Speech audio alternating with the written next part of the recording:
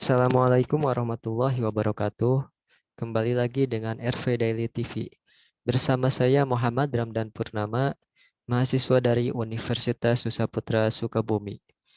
Pada kesempatan kali ini, saya ingin membahas tentang kewirausahaan, salah satu materi dari mata kuliah pengantar bisnis yang diampu oleh Dr. Gustian Juanda. Baik, langsung saja kita ke materi. Entrepreneur can change the world, atau pengusaha dapat merubah dunia. Saya setuju sekali bahwa kadang kita harus berpikir seperti sewaktu kita kecil dan menganggap segala sesuatu adalah mungkin. Itulah yang menurut saya menjadi modal dasar untuk menjadi seorang pengusaha yang sukses. Mengapa? Seorang pengusaha harus terus-menerus mencari solusi untuk masalah, tantangan, dan kebutuhan yang ada. Hal ini akan kita bahas secara lebih mendalam selama video ini. Baik, kita lanjutkan dengan membahas sedikit teori mengenai kewirausahaan. Kewirausahaan atau entrepreneurship adalah proses mengubah sebuah ide menjadi sebuah usaha. Esensi dasar kewirausahaan adalah mengidentifikasi masalah yang perlu dipecahkan dan mencari ide serta memberikan solusi untuk memecahkan masalah tersebut. Karena itu, kita bisa mengatakan bahwa seorang pengusaha atau entrepreneur adalah orang yang berusaha menemukan solusi untuk masalah yang ada. Bagi seorang pengusaha, masalah atau kebutuhan atau tantangan adalah peluang.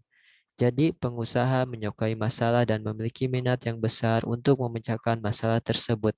Tetapi, tentu tidak semua peluang adalah peluang yang baik. Lalu, apakah yang dimaksud dengan peluang yang baik? Peluang yang baik adalah kombinasi dari solusi yang realistis, yang menjawab suatu permasalahan penting pada waktu yang tepat, dan dapat menghasilkan keuntungan finansial.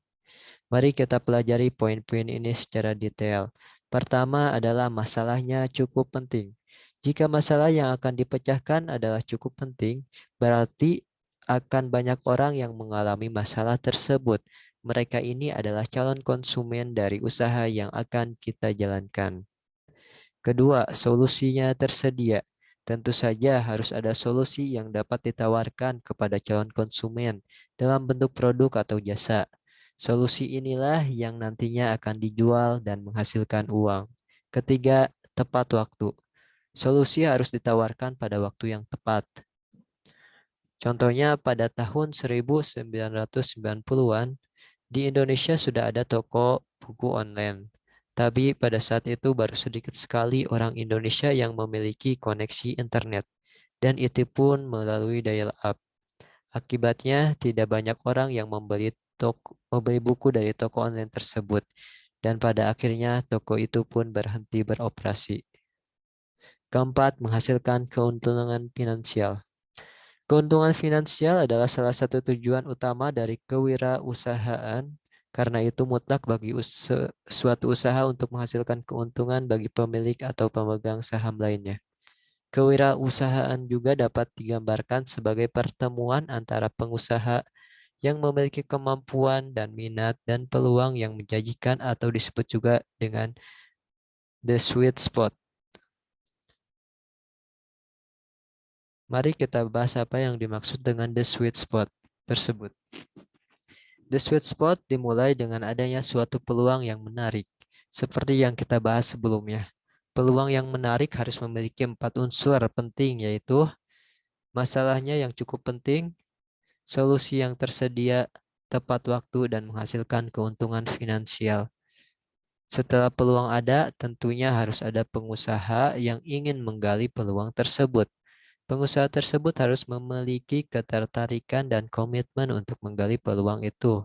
Selain itu, ia juga harus menyukai bidang dan pekerjaan yang akan dilaksanakannya, menyukai tantangan yang akan dihadapi, dan memiliki komitmen untuk menjalaninya.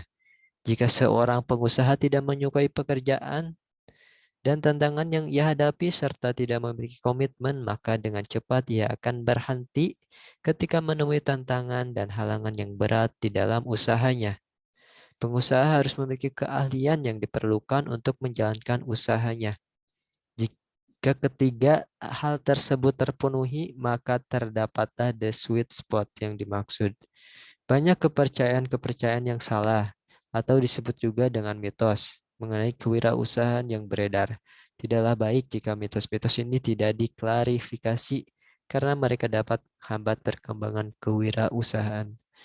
Berikut yang bisa saya sampaikan, mudah-mudahan bermanfaat. Terima kasih. Wassalamualaikum warahmatullahi wabarakatuh.